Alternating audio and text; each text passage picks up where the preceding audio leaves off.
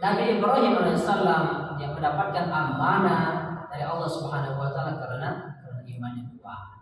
Ismail siap menjalankan itu karena imannya bagus. Nah itulah kata Rasul, banyak-banyak berzikir kepada Allah Subhanahu wa taala untuk merenung, untuk menguatkan akidah kita, untuk menguatkan iman kita. Jangan kita mengatakan iman kalau seandainya kita tidak menjalankannya. Al-imanu huwa tasdiqu bil qalbi wa iqraru bil lisan wa amalu bil arkan. Ya kan? Iman itu ditancapkan dalam hati. Dikuatkan di dalam hati kita. Ya. Diyakinkan. Kemudian ditasdiqkan, kita ucapkan iman itu. Ya. Tidak lepas dengan kita merenung tentang iman saja. Tapi bagaimana iman itu kita yakinkan di dalam hati, kemudian kita ungkapkan dengan lisan kita dan kita amalkan. Dan kalau seandainya tiga ini kita jalankan, kita yakinkan, insya Allah, ya, kita akan menjadi manusia yang mulia, manusia yang istimewa di mata Allah Subhanahu Wa Taala. Bapak insya Allah dimuliakan oleh Allah Subhanahu Wa Taala. Ini salah satu renungan kita, ya, di hari-hari tasyrik. Maka ketika kita mendapatkan nikmat yang pertama, hendaklah kita jalankan perintah Allah, wanhar. Ya. Perintah Allah ini adalah bagi kita semuanya, orang-orang yang beriman kepada Allah. Ya. Ketika kita mendapatkan rezeki, silakan berkorban, tapi jangan dipaksa. Jangan dipaksa. Ya. Islam itu tidak maksa. Islam tidak maksa. Agama beda dipaksa sama Allah. Nak beragama Islam silakan, dia nak meluk, sudah, ya kan? La ikraha fid din, ya kan? Tidak ada paksaan untuk memeluk agama Allah. Ya, silakan masuk Islam silakan. Dia nak korban silakan. Tapi ingat, ketika kita sudah mendapat nikmat dari Allah, maka jangan lupa korban. Ya ini. Makanya ada juga hadis yang lain kata Rasulullah SAW, ya kan? Maka berkorbanlah dengan korban yang terbaik. Artinya apa? Pilih sapi itu yang terbaik. Jadi ya, jangan cari sapi yang kurus, ya, cari yang terbaik supaya apa? Bisa dinikmati, supaya kita lebih dekat lagi sama Allah Subhanahu Wa Taala. Bapak Ibu insyaallah dimuliakan oleh Allah Subhanahu Wa Taala. Apa dalilnya untuk kita banyak-banyak berzikir kepada Allah Subhanahu Wa Taala? Wa dzkurullaha fi ayyamin ma'dudah. Dan berzikirlah dengan menyebut nama Allah dalam beberapa hari yang terbilang. Nah, yang terbilang ini tadilah yang dimaksud dengan 3 ya hari tadi. 11 ya 11 12 13 ya kan. Kita hitung aja mulai dari 10 gitu kan. Ya. 10 Zulhijjah. Biasanya kita kalau ada 10 Zulhijjah itu udah motong enggak ya. Nah, biasanya 10 itu lebih apa namanya itu lebih ramai ya kan, lebih bahagia, apalagi menyaksikan pertama gitu. Namanya pertama itu pasti seru gitu kan, tapi kalau ada ketiga biasanya kurang serunya ya kan. Karena apa? Ya satu mungkin kita dapat dari yang tempat lain kan, ya rezeki tempat lain kita seru lagi. Tapi kalau kita yang pertama pasti seru ya, luar biasa serunya. Nah itu makanya ketika hari pertama itu kalau bisa usahakan di hari yang pertama. Bukan berarti ya kan hari yang 11, 12, 13 tidak boleh silakan. Bapak Ibu insyaallah dimuliakan oleh Allah Subhanahu Wa Taala.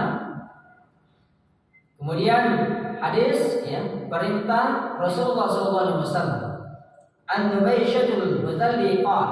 Kalau Rasulullah SAW rasa godaan ya di Arab Rum saya dengar baca-baca doa sapu jagat yang dikarang oleh orang ulama-ulama Arab, ya kan? Tapi Indonesia hebat, bisa membuat doa sapu jagat, ya kan? Namanya doa sapu jagat, ya kan? Namanya maksudnya, ya kan? Ya, hebat dalam Indonesia, pintar dalam Indonesia membuat doa, ya sapu jagat. Yang nama doanya Rabbana atina fid dunya hasanah wa fil akhirati hasanah wa qina adzabannar.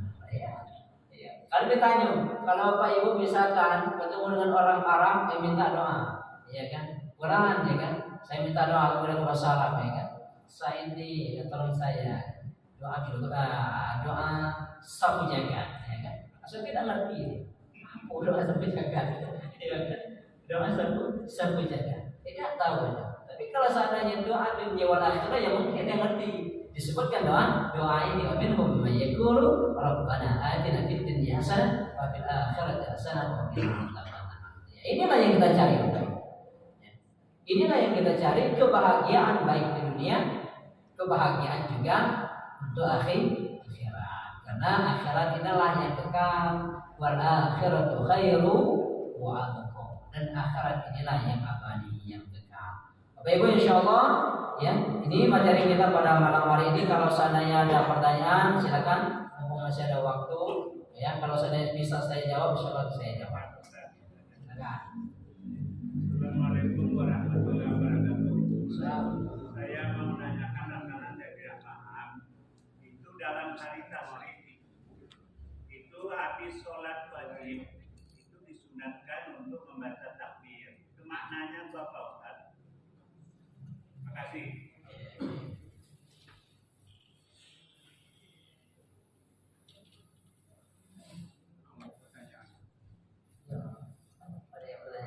Baik, itu coba selesai. Ya baik. Saya mengutip dari beberapa buku yang sudah saya rangkum. Ini perintah untuk merangkai kalimat zikir khusus pada hari tasyrik. Ini disebut dengan zikir mutlak. Kan? Hari tasyrik ada zikir mutlak. Karena dianjurkan untuk dikumandangkan dengan tidak mengenal ruang dan tempat, seperti halnya takbir muqayyad yang lebih lazim zikir dibacakan setelah selesai sholat maghrib. Jadi takbir muqayyad ini lebih dikhususkan ketika sudah sholat fardu. Ya, muqayyad, takbir muqayyad. Misalkan Bapak Ibu udah sholat, Assalamualaikum warahmatullahi wabarakatuh. Assalamualaikum warahmatullahi wabarakatuh. Langsung kan takbir. Allahu akbar, Allahu akbar, Allahu akbar. La ilaha illallah wallahu akbar, Allahu akbar walillahil hamd. Nah, ini namanya takbir muqayyad. Ya, setiap sudah sholat dibaca itu. Ya, karena apa? Karena tadi momen memperbanyak zikir kepada Allah Subhanahu wa taala. Gimana kalau seandainya kita banyak istighfar, itu apa? Ada apa? Banyak istighfar juga tidak masalah. Tapi di sini dijelaskan ini ada takbir muqayyad, memerintahkan kita sebagai orang yang beriman kepada Allah memperbanyak takbir, mengingat Allah sesudah sholat. Itu yang namanya zikir muqayyad. Jadi zikir mutlak ya, dikumandangkan tidak mengenal waktu dan tempat. Misalkan, ya kan? Bapak mau terbang, misalkan kan, mau terbang terbang, ada apa? Saya potong terbang, takbir, Allahu akbar, Allahu akbar, Allahu akbar. Bapak misalkan lagi di aula santai, misalkan lagi mengerjakan tugas, gitu kan, buat karya ilmiah, gitu kan, buat apa, gitu kan, tugas yang lain sebelum takbir, Allahu akbar, Allahu akbar, Allahu akbar, la ilaha illallah, Allahu akbar. Tidak masalah. Bapak lagi santai, misalkan di depan rumah duduk-duduk sebelum takbir, tidak ada masalah, ya kan? Bapak ibu mungkin lagi di kendaraan, ya kan? Siap atau disiapkan dulu dari luar, sehingga mereka ke Bandar untuk beli rempah-rempah indah, nah, gitu kan? Naik motor, saya takbir, Allahu akbar, Allahu akbar, Allahu akbar. Tidak masalah, ya silakan. Apakah tidak ada kaitannya dengan zikir yang masukkan Allah Ustaz? Oke. Apakah tidak ada kaitan dengan zikir? Ya kan? Pasti ini berkaitan. Tidak bisa dikatakan tidak berkaitan. Kalau kita berbicara tentang zikir, maka pasti dia berkaitan, apalagi di momen hari tasyrik ini. Ya kan? Di hari tasyrik ini, wa dzkurullaha fi ayyamin ma'dudah. Ya kan? Kata Allah tadi, maka silakan memperbanyak berzikir atau menyebut nama Allah di hari yang ditetapkan. Hari yang ditetapkan, hari yang terbilang. Apa itu hari yang terbilang tadi? Ya. Yang disebut dengan hari tasyrik. Nah, itu ya silakan. Ya. Zikir itu kan banyak. Nah kita maco tahmid silakan. Subhanallah misalkan kita tasbih subhanallah, alhamdulillah, tahlil la ilaha illallah, takbir Allahu akbar, itu kan zikir. Baca Al-Quran zikir, ya kan? Zikir. Segalanya yang berkaitan nama Allah, perintah dari Allah itu zikir. Zikir. Apalagi baca Quran lengkap di situ. Ya. Dari surah Al-Fatihah sampai surah An-Nas lengkap. Ya. Itu lebih banyak zikirnya. Ada kalimat Allah Akbar ada, Subhanallah ada, ya kan, Masya Allah ada, La ilaha illallah ada, Asmaul Husna juga ada, lengkap di situ. Makanya kalau ulama nanya, kata ulama, wahai muridku, ya, zikir yang paling banyak itu apa? Zikir yang paling banyak itu yaitu kita mengucapkan la ilaha illallah, subhanallah. Oh, bukan. Tahukah engkau bahwa sesungguhnya zikir yang paling banyak itu dalam Al-Quran? Aku sering baca Al-Quran. Karena Quran itu salah satu penenang bagi kita, pedoman bagi kita. Itu Pak. Jadi tidak bisa dilepaskan. Sangat berkaitan.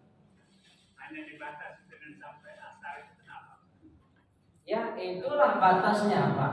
Kalau asar itu kan yang takbir apa yang tadi? Tidak sampai maghrib maksudnya. Ya karena matahari sudah terbenam, sudah matahari sudah. Oke, ditutup. Ya kalau kita nak lanjut maghrib, kalau pulang lagi isya, ya kan tidak selesai kita seringnya nyambung lagi ke selanjutnya. Nah itulah, itu batasan. Tapi kalau udah asar, misalkan bapak dan zikir lagi, tidak apa-apa, tidak masalah, ya kan? Nak kapan pun yang namanya zikir ini silakan. Nak perbanyak lebih banyak dibandingkan di hari tasyrik itu lebih bagus, ya kan? Kalau seandainya kita memperbanyak zikir kita lebih dari hari tasyrik, lebih banyak lagi tidak masalah. Silakan. Berarti kita lebih banyak mengingat Allah. Tidak harus dari 3 ini, 11, 12 ini, 13 ini tidak perlu. Karena lewat ini tidak ingat lagi sama Allah, ya kan? Dan setahun sekali zikir jadilah, ya kan? Ya. Nah, ini, ya, baik, Bapak Ibu mungkin cukup ya? Masih ada? Ya, kan?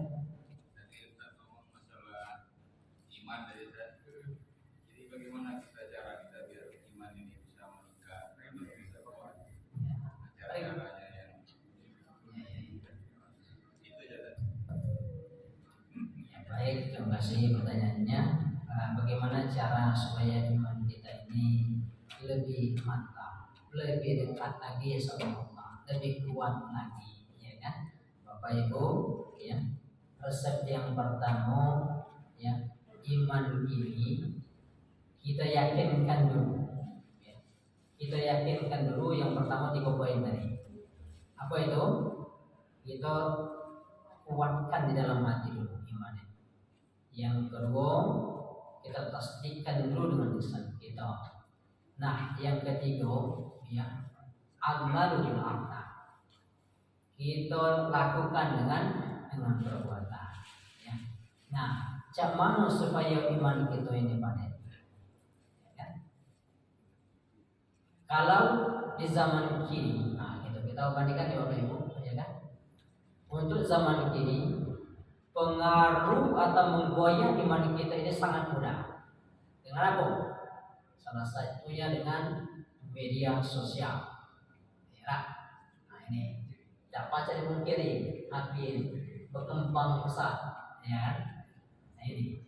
Nah, mana caranya? Yang pertama tadi, ya, hendaklah kita buatkan di dalam hati kita ucapkan lisan, kita amalkan dengan perbuatan. Lantas selanjutnya poinnya supaya iman kita ini mantap, banyak-banyaklah yaitu membaca Al-Quran. Ya. Ini baca Al-Quran maksudnya. Baca Al-Quran diiringi, nah gitu ya, diiringi mentadaburi Al-Quran tersebut. Banyak orang ya memang pintar baca Al-Quran, ahli di bidang baca, tapi kadang-kadang nggak tahu maknanya. Itulah kadang-kadang terabas dulu, ya kan? Ya, coba kalau seandainya Al-Quran itu dibaca, kemudian diterjemahkan, ditafsirkan kalau perlu. Kita tengok tafsirannya mana, ya kan? Dan insya Allah kita akan bisa mengerem diri kita, bisa membentengi diri kita. Oh ini jangan dilakukan ini buruk, jangan kita jangan. Oh ini perbuatan yang baik, ya silakan lakukan. Makanya dekat-dekat dengan Al-Quran, Bapak Ibu. Ya, Al-Quran itu penting.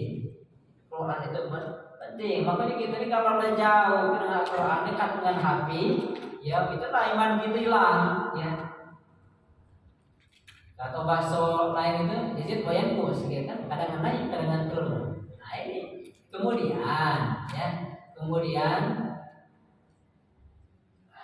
bergaullah kepada orang-orang yang taat sama Allah. Pasti ada pengaruhnya, Pak. Ya. Contoh Bapak, ngumpul sama bapak-bapak di sini, ibu-ibu yang ada di sini. Sedikit banyaknya ada motivasi untuk kita untuk ke masjid. Iya, pasti. Ya. Cobalah kalau seandainya Bapak pulang ke rumah, lantas Bapak ngobrol atau ngumpul-ngumpul sama kawan-kawan seumuran sama Bapak yang jauh dari masjid. Ya kan? Yang jauh dari masjid yang memang hidup di dunia. Walaupun Bapak tidak melakukan hal-hal yang tidak baik, pasti sedikit banyak pasti akan melakukannya. Pasti ada percikannya.